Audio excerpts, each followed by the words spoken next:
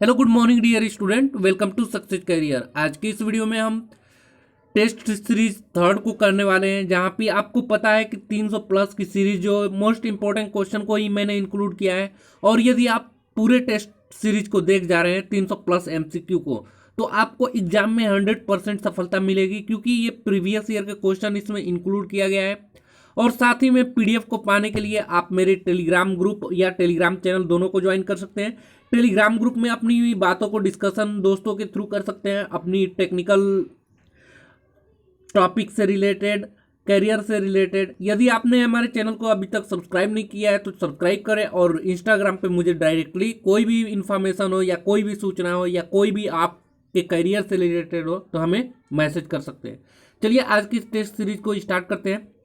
Test series यहाँ पे 41 number का देख रहे हैं, यानी कि 1 से लेकर 40 तक मैंने ऑलरेडी डिस्कस कर चुका है। अब टेस्ट सीरीज इससे आगे कर रहे हैं। यदि आपने उसका अभी तक नहीं देखा है तो लिंक डिस्क्रिप्शन बॉक्स में मिल जाएगा, वहां से जाकर आप पूरी वीडियो को देख सकते हैं। और साथ ही साथ आप इंजीनियरिंग ड्राइंग की भी तैयारी इस चैनल के माध्यम से कर सकते हैं, लिंक डिस्क्रिप्शन बॉक्स में मिल जाएगा। चलिए, दिया in development psychology recency of the event, यानी कि डेवलपमेंट मीन्स होता है विकास, मनोविज्ञान, साइकोलॉजी मीन्स मनोविज्ञान। तो डेवलपमेंट साइकोलॉजी यानी कि विकास मनोविज्ञान में recency of the event, recency means होता है कि अभिनवता, यानी कि घटना की अभिनवता। Frequency of event, frequency of event means होता है कि घटना की आवृत्ति। इंटरेस्ट इन इवेंट यानी कि घटना में रुचि। एंड एसोसिएशन ऑफ इवेंट यानी कि घटना का संग। Is related to factor of memorising, memorising मतलब होता है याद करने, तो याद करने का फैक्टर डेवलपमेंट साइकोलॉजी में क्या कहलाता है, तो उसे हम कहते हैं retention. Retention B option correct हो जाएगा। रिटेंशन मिस होता है अवधारणा, याद रखिएगा अवधारणा। नेक्स्ट क्वेश्चन बढ़ते हैं। यहां पे देखिए इंग्लिश में है आपका क्वेश्चन, जो एग्जाम होगा वो हिंदी और इंग्लिश दोनों में आएगा, इस वजह से आपको कंफ्यूजन नहीं होना है। लेकिन वहां पे भी साफ साफ लिख दिया होता है कि आपको इंग्लिश को ही जेन्युइन मानना है। हिंदी की लैंग्वेज में आपको गड़बड़ मिल सकता है कि टाइपिंग मिस्टेक हो सकता है, मिस स्पेल्ट हो सकता है, लेकिन इंग्लिश सही आएगा आपका, तो इसी वजह से इंग्लिश आपको ज़्यादा ध्यान देना है। नेक्स्ट है which of the following is a not a need of McClelland theory. बोल रहा है कि इसमें निम्नलिखित में कौन सा मैकलिलैंड के सिद्धांत की आवश्यकता नहीं है। नीड फॉर अचीवमेंट यानी कि अचीवमेंट मीन्स उपलब्धि की आवश्यकता।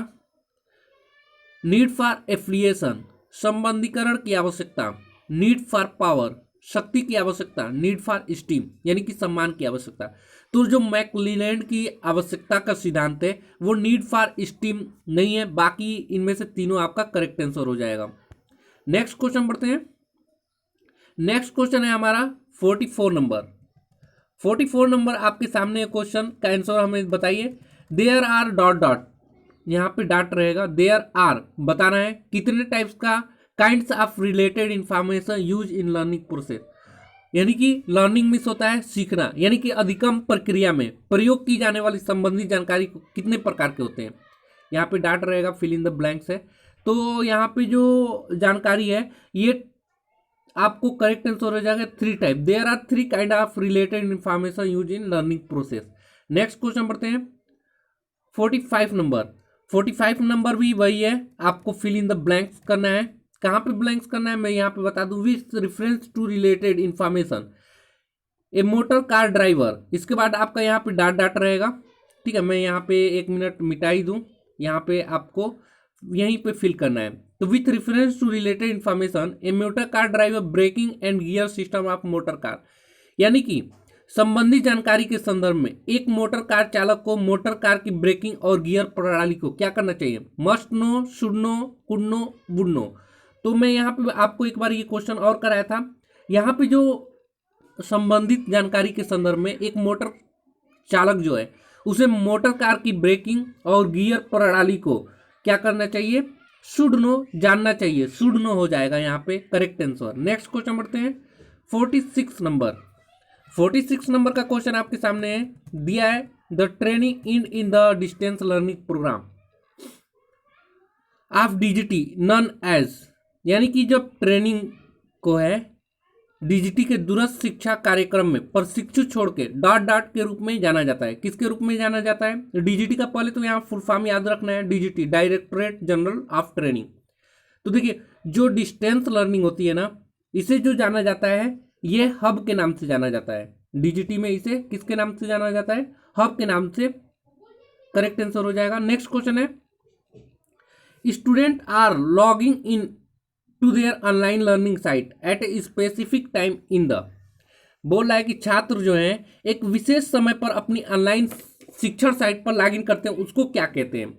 तो उसको कहा जाता है fix time online distance learning.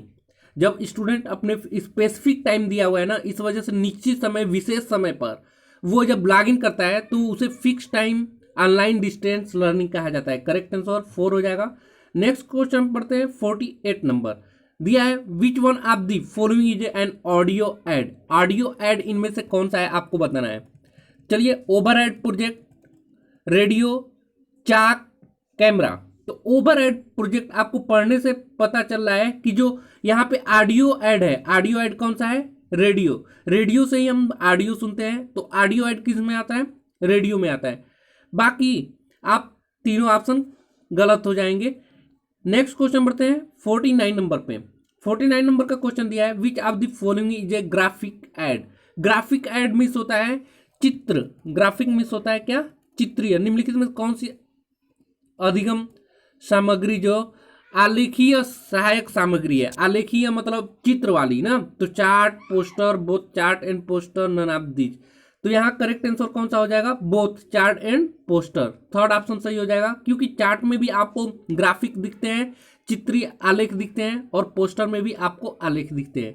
Next question बढ़ते हैं 50 नंबर। 50 नंबर का क्वेश्चन है आपके सामने, विच one of the following is A learning material. इनमें से कौन सा लर्निंग मटेरियल है? लर्निंग मतलब सीखना, अधिगम सामग्री है ना। Information sheet, lesson sheet, demonstration plan, all of the above. तो यहाँ जो करेक्ट आंसर हो जाएगा, लर्निंग मटेरियल है ये इंफॉर्मेशन शीट है। इसके द्वारा हम क्या करते हैं? सीखते हैं, इंफॉर्मेशन हमें इकट्ठा होती है। तो इंफॉर्मेशन शीट जो है यहाँ पे लर्निंग मटेरियल है। याद रखिएगा, आपको जैसे मैं बता रहा हूँ वो बस आपको याद कर लेने हैं, और एग्जाम में आप देखेंगे कि आप 100 में 100 क्वेश्चन करके आए हुए हैं। नेक्स्ट क्वेश्चन बढ़ते हैं, which one of the following factor is to be consider while preparing विम। सबसे पहले आपको विम का फुल फॉर्म याद रखना है। विम मीन्स होता है रिटन इंस्ट्रक्शन मटेरियल, ठीक है, विम। तो बोल रहा है कि इसमें क्या बोल रहा है कि विम तैयार करते समय, यानी कि रिटन इंस्ट्रक्शन मटेरियल तैयार करते समय किन कारक को ध्यान में रखना चाहिए? स्टैंडर्ड ऑफ ट्रेनिंग को याद रखना चाहिए, यानी कि स्टैंडर्ड ऑफ ट्रेनिंग का मतलब प्रशिक्षु का जो स्तर है उसको याद रखना है। क्लियर ऑफ ऑब्जेक्टिव, यानी कि स्पष्ट उद्देश्य हो, और सोर्स ऑफ इंफॉर्मेशन, यानी कि जानकारी की स्रोत हो। करेक्ट आंसर क्या हो जाएगा यहाँ पे? तो correct answer all of these हो जाएगा, क्योंकि जब हम किसी विम को तैयार करते हैं, रिटन इंस्ट्रक्शन मटेरियल को तैयार रखते हैं, तो ध्यान में रखते हैं हमें स्टैंडर्ड ऑफ ट्रेनिंग क्या है, क्लियर ऑब्जेक्टिव यानी कि स्पष्ट उद्देश्य क्या है, और सोर्सेज क्या है इन इंफॉर्मेशन को, इसे स्पष्ट तरीके से रहना चाहिए। इस प्रकार चौथा ऑप्शन करेक्ट हो जाएगा। नेक्स्ट क्वेश्चन बढ़ते हैं 52 नंबर। 52 नंबर का क्वेश्चन आपके सामने है। अब भी मैंने बताया आपको विम का फुल फॉर्म याद रखना है। तो विम में जो एम है, in VIM what does M stand. तो एम का मतलब आपको बताना है यहाँ पे। तो अभी मैंने आपको बताया था कि क्या होता है विम का full form, written instruction material. तो मटेरियल यहाँ पे कौन सा ऑप्शन हो जाएगा? दूसरा ऑप्शन सही हो जाएगा। नेक्स्ट क्वेश्चन बढ़ते हैं, विच of the following material is prepared by student, यानी कि इनमें से कौन सा जो मटेरियल है स्टूडेंट के द्वारा बनाया जाता है? याद रखिएगा। तो पढ़िए ऑप्शन को, लेसन प्लान। लेसन प्लान कौन बनाता है? ये इंस्ट्रक्टर बनाता है, स्टूडेंट नहीं बनाते। इंफॉर्मेशन शीट ये भी एक इंस्ट्रक्टर ही बनाता है। ऑपरेशन शीट ये भी इंस्ट्रक्टर ही बनाता है। डेली डायरी कौन बनाता है दोस्तों यहाँ पे? तो डेली डायरी स्टूडेंट बनाते हैं। कौन सा करेक्ट आंसर हो जाएगा? 4। डेली डायरी आपको बनाना है, तो ये कौन बनाता है? स्टूडेंट बनाते हैं। नेक्स्ट क्वेश्चन बढ़ते हैं 54 नंबर दिया है, which one of the following is called essay type test. Essay type test कौन सा है इसमें आपको बताना है।